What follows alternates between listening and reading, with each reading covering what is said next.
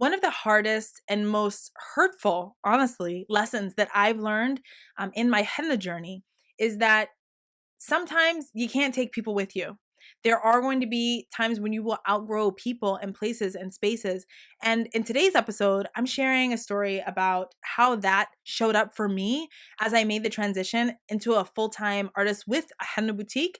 And interestingly enough, this had nothing to do with the boutique at all. It actually came up in a festival setting of all places.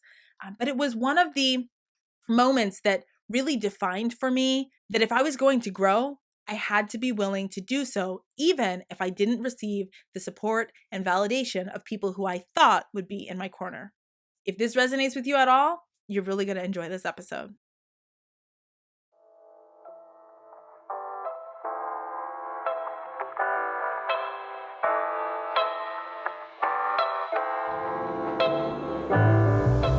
Welcome to the Hennapreneur Podcast, the exclusive podcast of its kind, dedicated to giving you an honest look at the realities of making a living as a henna professional. I'm your host, Chelsea Stevenson, a tea-loving, shoe-collecting mother of three in constant search for the most poppin' pair of earrings and the perfect shade of red lipstick. I'm also a professional henna artist and business strategist who went from barely being able to piece together a fluid design to being the owner of the most celebrated henna boutique in my city. I'm on a mission to help henna professionals to harness their skills and grow vibrant, profitable businesses that they absolutely love. If you want to make more money with your art, you are definitely in the right place. Let's get to it. Hey, hennapreneurs. Welcome back to another episode of the Hennapreneur Podcast. Today, I am wanting to share a little story time with you. Is that okay? Can we do story time today? Today, I want to talk to you about one of the kind of landmark experiences that I had inside of my business. And it was a marker for me in many different ways. When it actually happened, I remember it happened actually early on in Hennapreneur's inception. But for me, I'd been in business for about 7 years when this took place. And it was really, it shook me and it stuck with me. And as I look back over the past 10 years of business, this was one of the instances, this was one of the experiences that I had that really changed the way that I looked at myself and looked at my business. And so I want to share with you guys about it because yeah, it's a little bit vulnerable. hopefully I don't cry because I have a tendency to do that when I go back to this place. But this is something that I experienced. So first, if you'll get into my time machine for a second, I want to take you back to my very first festival, okay? So when I started working with henna, I started in rural Nebraska. I was in Scottsbluff, Nebraska, which if anyone knows anything about Nebraska, it is in the panhandle of the Nebraska state. And it's literally like it's this tiny town, like cows, corn, and like the tiny like towns that you see in movies of the Midwest where it's like everyone, you drive down this one main street and everyone's like parked at an angle. And yeah, it's just like that. Okay. So if it gives you an idea of where I was when I first started working with henna, I was not working in a community that was used to henna. I was not working in a place where they knew what henna was. When I started offering henna services, that was for many people the first time that they'd seen henna ever, or the first time that they'd seen henna in person. And so it was a really interesting dynamic. And when I first started my business, I started out I started out doing like small private appointments. And I remember I heard that there was this festival that happened every year in Scottsbluff. And it's called OT Days. So if you're, if you're a hennapreneur in the Midwest, you probably have a version of this.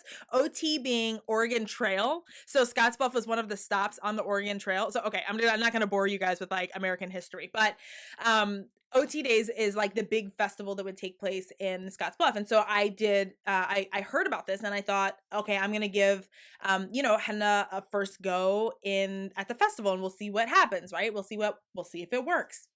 And so I remember going to this first festival, and to give you some context, I had been working with henna for less than a year at that point in time. So, going to work at this festival was, first of all, I didn't know what to expect. I'd never worked a festival before. I'd never attended this festival before. What I knew is that it had been around for like years and years, and so I knew that it was something that the community looked forward to hosting and having. And I knew that there was going to be a turnout, but I didn't have any way to gauge if they were going to be interested in henna. And I certainly didn't know what it would take to like effectively have a henna booth set up because I'd never done it before. And I'd never even seen one before. So I really was going off of this like blank slate sort of thing. And not only that, but in my business at that point in time, things were still very green, right? They were still very new. And so I didn't have booths set up. I didn't have gear. I had literally my cooler bag with henna and that was it. I mean, I was working from my living room, so I didn't have a need to have the things that you have when you're working at festivals. And so I remember booking the festival and I couldn't even tell you what the due was. I want to say it was like $175 or something like that. And the reason why I mentioned that is this was a significant investment for me. I never done a festival before, and I never had made at that point I had not made real heavy investments in my business. At that point, what I had invested in was a like really pretty chair for my clients when they came to my home to get to receive their henna services. I had this really pretty chair, and that cost me, I'm gonna say it cost me like $80 or something, which for me at the time was a really big investment, because I was a single parent, right? I was a single parent. It was just me and my kid. He was like 15 months old, 15 months old, I want to say. And so like he was really young, he was little, and I didn't have a working budget. Like I had literally just up and moved from Virginia, from the East Coast, all the way to Nebraska, and then lost my job. Like I didn't have savings, I didn't have a bunch of resources. And so, like many of you, when I started my henna business, I was bootstrapping it and I was making do with what I had. And so I give you all that context because I want you to really have a clear understanding of what this looked like for me when I first started. And so I, hear about this festival, I pay the dues, I'm freaking terrified because what if people don't like henna, right? What if they think that it's weird, or they think that it's like, I don't know, like they're culturally, there's a whole lot of stuff going on in the Midwest that I don't even have time or the interest to get into here. But I had some concerns about whether people would be receptive to henna at all. And at the same time, I was like, I'm willing to risk it because if it goes well, then I'll make back my 175 or whatever. Like this will be worth it. And so I remember going to the store because I didn't have a pop-up tent. And I hadn't even thought about a pop-up tent until someone asked me. They said, you'll have a 10 by 10 space. Are you going to have a tent or whatever? And I was like, I need a tent, right? I didn't think about the fact that I'd be outside in the sun all day. Like these are the things I really was just learning as I went. And so I remember going to the store, and this I remember 100%. I bought this tent that I found it on sale. There was one left and it happened to be on clearance. It was $75. I bought the tent and I was like, my stomach was turning. I'm like, I don't have any more money. I've already paid a booth fee. Now I'm buying a tent. Where am I even going to put it in my tiny apartment? Like, what is this going to look like? Like literally my thought was, I'm going to take this tent, I'm going to use it, and then I'm going to return it after the festival. Like literally that was my thought process because I just knew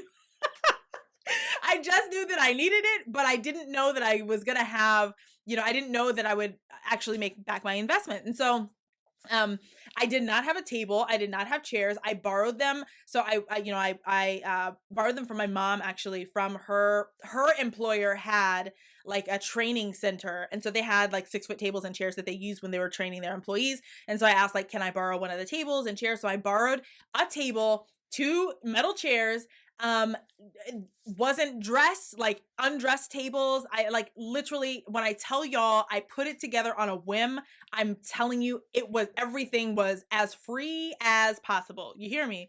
So even Even down to how because I was like, I knew that I was going to need a system. If people wanted to get henna, they needed to have some sort of idea of what they were getting. And so I went to the dollar store and got a poster board, like the poster boards that kids use to make, like, to do their science fair projects or whatever. And friends, I'm not talking about like the cardboard one, the threefold that stands up, like the nice ones. No, I'm talking about I'm talking about the flimsy, big old poster board, okay? And so I got one of those. And I got some Sharpies. It was a black poster. I'll never forget this. It was a black poster board. And I got some metallic Sharpies because I was like, ooh, that way, you can see it. And it'll look kind of nice because the top of my tent was black. So I was like, I'll just go with like a sleek black, whatever look, whatever. And so I've got this black top on my tent. I've got this black poster board, and I used silver and gold and bronze metallic Sharpie markers to create what was essentially a build your own design system. So what that looked like was, it said henna.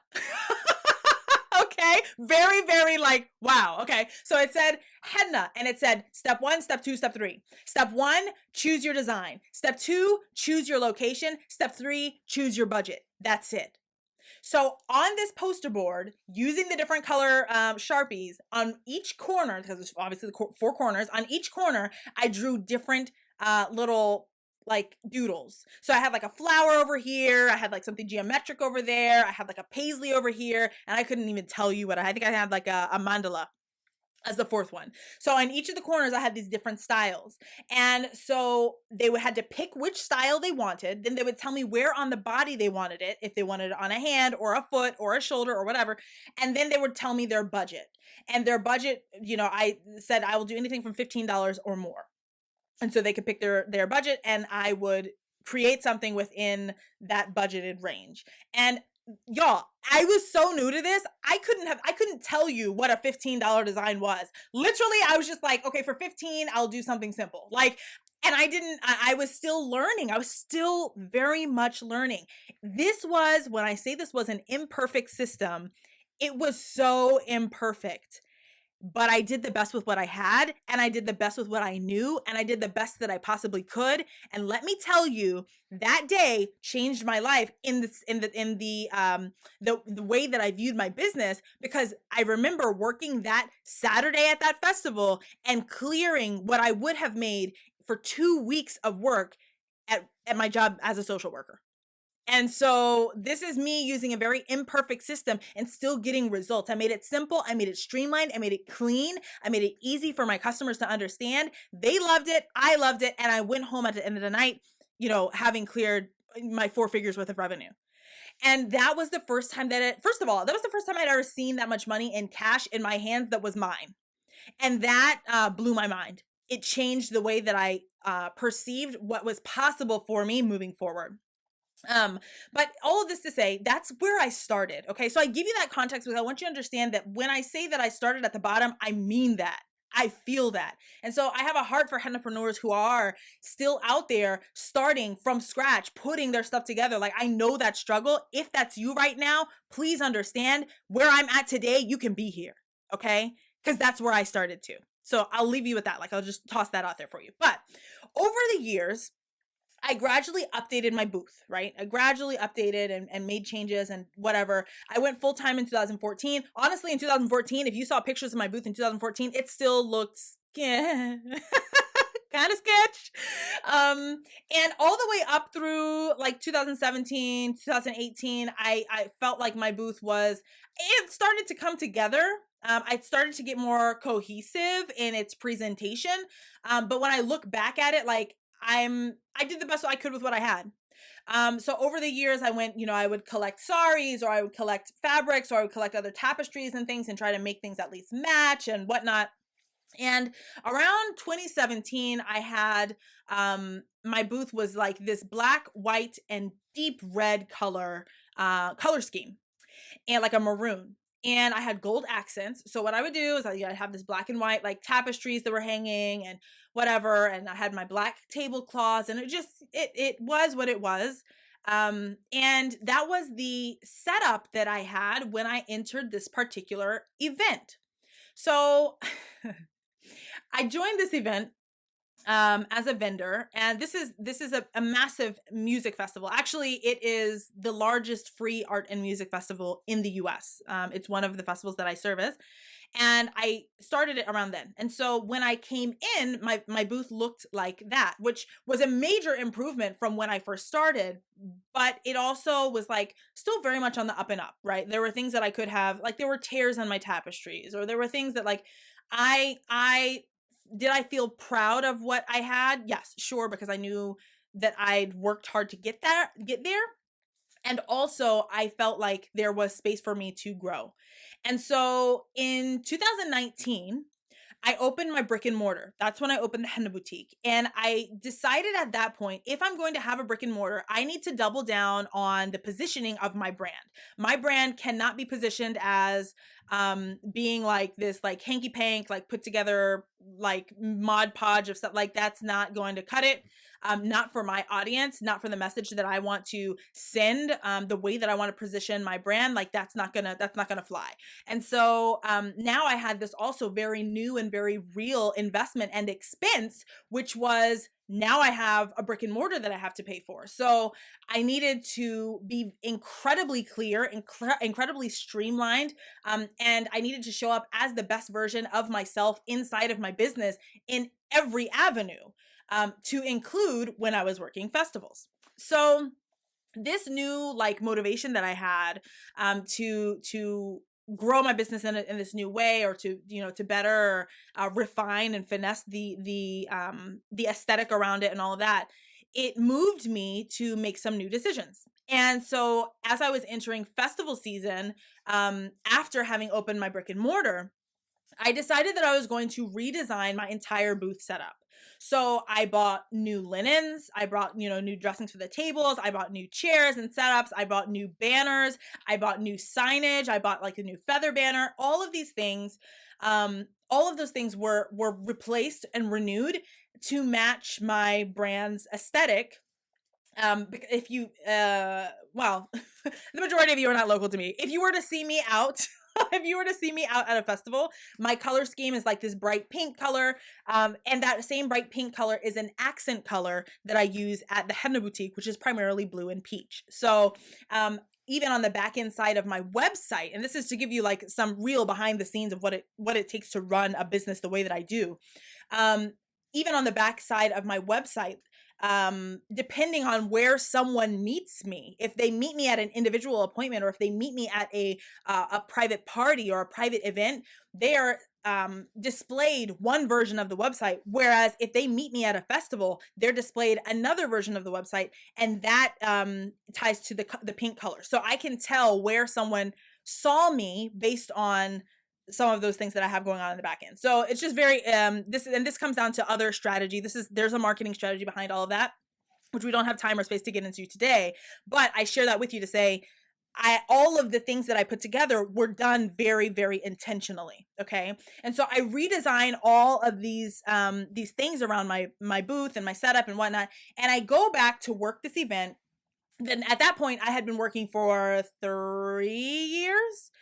And I had an issue. In fact, I had a massive issue. And the issue wasn't me. The issue was the organizer. So the person who was responsible for the block where my booth was located had some concerns.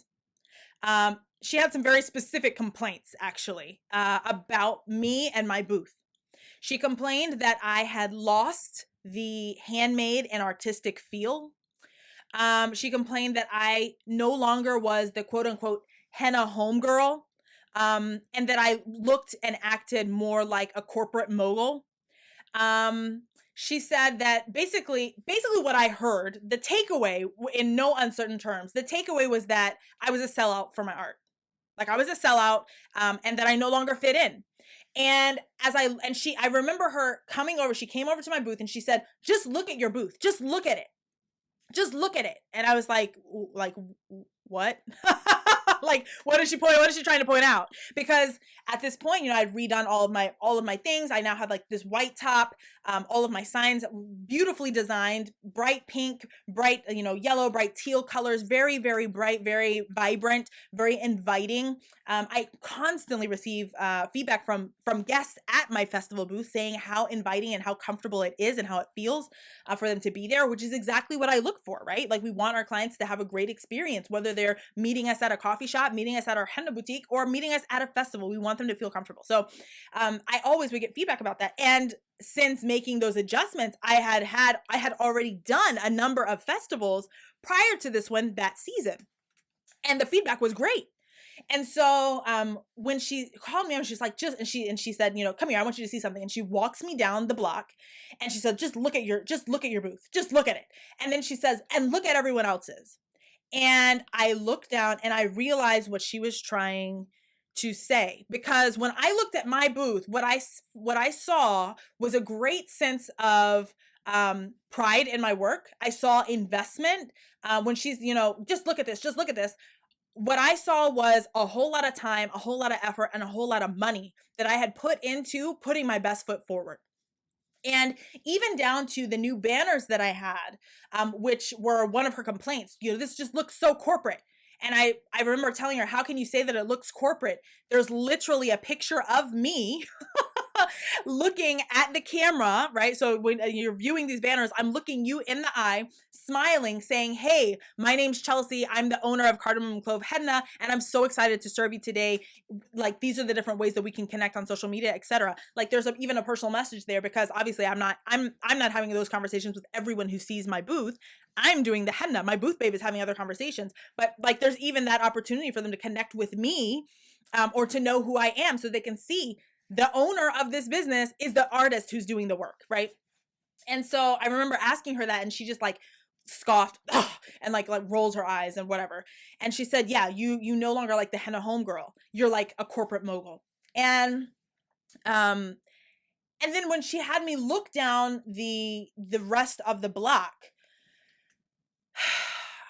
I realized what she was saying. And I say this with no shade, because again, I shared with you where I started. I shared with you how I started. I shared with you even with my booth, what my booth looked like at the time when I first started doing that festival. It was not as put together as it was that year. And it took some very intentional shifts on my part to make my booth present in the way that it now did.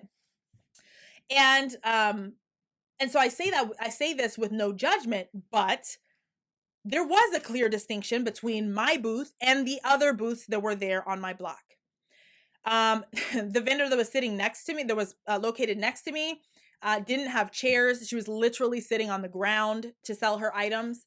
Further down, like tables undressed. Further down, there were people who were selling like some, like some different garments, like and whatnot. And they had like wardrobe bags like tossed everywhere. Yeah, when I looked down the way, I'm like, you're right. We do look different. And she meant it though as a jab towards me, and she meant it as I'd lost my artistic edge. I no longer look like an artist and maker like everyone else on the block. And I told her, everything about this I've made. Everything about this. Every image that's here on my banners, that's my work. You know that. Even the layout of the banners, the way that the banners exist, I crafted those. I digitally put them together. I picked that image versus the other. I organized this. I picked, this was all my creation, and I'm proud of it. And it hurt my heart a lot. I'm so thankful, by the way, that I'm not crying right now, because every time I go back to this place, I get really emotional. And today it seems to just be presenting as excitement, which I can work with. I can work with that. You guys don't want to hear me ugly cry on this mic, but this is something that it really got me. It really got me, because it was a call out at me and towards me around my identity as an artist. There was this air of like, you're like, again, like I was a sellout. And again, it made it very clear to me that I no longer fit in. That's what she wanted me to take away. I no longer fit in. And it was hurtful. It was incredibly hurtful. I had worked really hard to make adjustments for my business, to thoughtfully design every update that was there, and to raise the capital to fund the revamp. All of it, all of every change was a direct product of my very successful art and my very successful growing business. And the reason I share this story with y'all is because there are a number of hard takeaways that I experienced there that I want to kind of highlight for you. And I hope that you'll take from this some lessons for yourself or some reminders perhaps for yourself. You are going to reach a place in your business where you will outgrow people, places, and spaces. And the faster you become comfortable with that, the faster it's going to be and the easier it's going to be for you to make the decisions necessary as the CEO, as the founder, as the artist behind your business, behind your brand, to do what's necessary to reach your big, audacious goals. Okay? You have to be true to your goal. For me, my goal in my henna business is not to be the most popular amongst event organizers. Sorry, but whether she feels that I'm an artist or not doesn't pay my bills, right? My goal is to be of service to my community with my art, using that art as my medium, and to build generational wealth for my family through a job well done. That's it. I want to empower the women of my community. I want to empower, those people who come and visit me for service. I want them to come and leave better than how they arrived. I want them to leave feeling seen and supported and heard and celebrated, and that the art that I'm creating for them leaves an impact on them. Not because of the art itself, but because of the exchange that takes place between them and I, right? And on the flip side, I also want to be compensated for that in a way that makes sense. So I want to be able to use my art, to use my skill, to use my energy and my connection to build generational wealth for my children, something that I didn't have, something that I didn't grow up with, right? I want to be able to afford my kids opportunities that weren't afforded to me at no fault of my parents. Right? But I have the ability to make different choices. And so what sense does it make for me to prioritize being her favorite vendor and having her preferred aesthetic if her preferred aesthetic is going to cost me money in the long run? And if her preferred aesthetic doesn't tie to what my bigger goal is?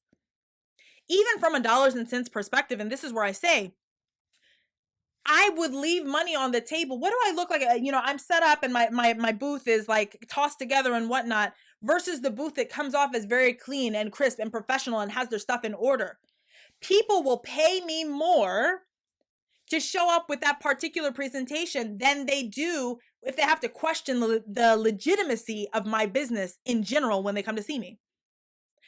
Can I tell you what's interesting about this?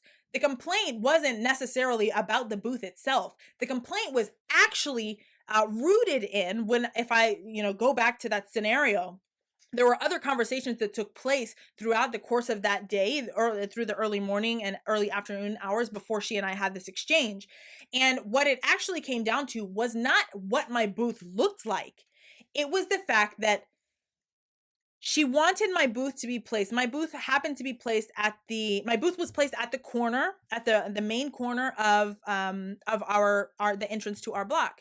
And so I had primary location. The reason I was given that primary location is because I was one of the most senior vendors on that block that year. And so because of that, I had priority. So I was placed at the entrance, at the mouth, if you will, of that block. She wanted my business, my booth, to be moved to the back, to the end of the block. The reason for that was my booth generates the most, or generated at that year, and in past years, generated the most interest. And so by placing my booth at the end of the block, it would benefit everyone else because the customers, the clients would have to pass all of the other vendors in order to get to me. So it was not even a matter of my booth was ugly or my booth was too corporate or my booth was whatever. I stood up for myself and said, no, I'm not going to I'm the senior vendor here. I'm not going to place my booth at the end of the block. My booth is going to be here at the front because I've earned that, because I've been loyal to this event and I'm a continued participant to this event. And I'm not okay with being placed there. And it's not my job to drive traffic for everyone else. It's my job to drive traffic to my booth. That's why I'm here. That's why I paid my vendor fees, just like everyone else. And so everyone else is also responsible for having their businesses positioned in such a way that it attracts customer attention. Does that make sense? So even here, from the dollars and cents perspective, I was losing money. Or I was, because I actually ended up moving my booth from the back to the front where it belonged. I was losing money because of this exchange. And even if I were to look outside of just that single experience, I was losing dollars and cents here, even as it relates to my focus on what I do in my business. My focus in my business is individual appointments and private events, not festival work. My goals are not centered around fitting into the starving artist mold that was hoped to be presented in this festival setting. Not a thing I was willing to do, right? So this person she wanted for me to play small, and she was willing to offend me, and she was willing to be unjust towards me, even in like the placement, right? The placement of my booth, so that I would fit better into this narrative that she had, or this desire that she had. And doing so, me agreeing to that, would have been a betrayal to my own growth, and it would have been a betrayal to my own goals. Okay. That incident, we'll call it, happened in 2019. So obviously 2020, that festival didn't run. This year, 2021, that festival is also not scheduled. We anticipate that it will come back in 2022. I have every intention of participating in that festival again in 2022. And also, I have zero intention of changing anything about my processes in order to do so, because I am responsible to my goals, and I'm not willing to allow someone else's wants or someone else's ideas or someone else's perspectives or someone else's, no, none of that. That cannot be placed as a priority over the goals that I have for myself and my business. And I am acutely aware that I won't be located on her block. I won't be located on that block again. And it's not, it's no love lost. It's not from a place of upset. It's not from a place of anger. It's not from a place of any of that.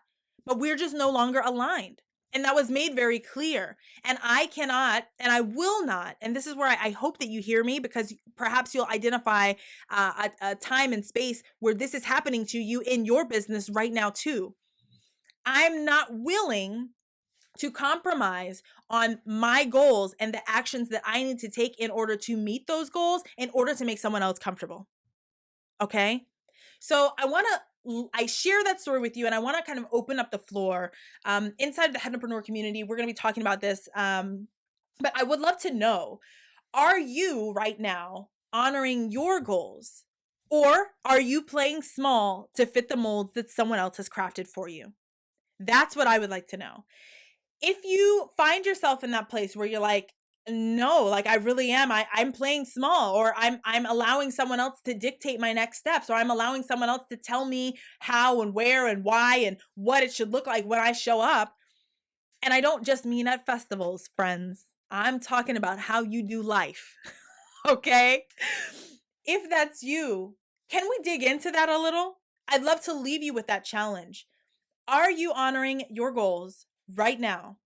Or are you playing small to fit the molds that someone else has crafted for you? And friends, if so, at what expense? At what expense are you doing that? All right, I'm going to jump off of here, and I will talk to you all later. Bye for now. Hey friend, I just want to give you a quick thank you for tuning into this episode of the Hennapreneur podcast, and I hope that you're really enjoying connecting with me in this way. You can find links to all of the content shared today in the show notes located at hennapreneur.com/podcast. If you enjoyed the show and would like to stay in the loop with Hennapreneur, be sure to subscribe to the podcast too. You'll get access to all of the new episodes and to surprise bonus episodes as soon as they're released. I'd be so grateful to you if you take a moment to rate and leave a review on Apple Podcasts as well. This helps me to reach more artists like you who would love and benefit from the show. For more ways to connect and work with me, or to join me inside of the Hennapreneur community, pop over to hennapreneur.com. I can't wait to support you as you chase your big, audacious goals, one henna design at a time.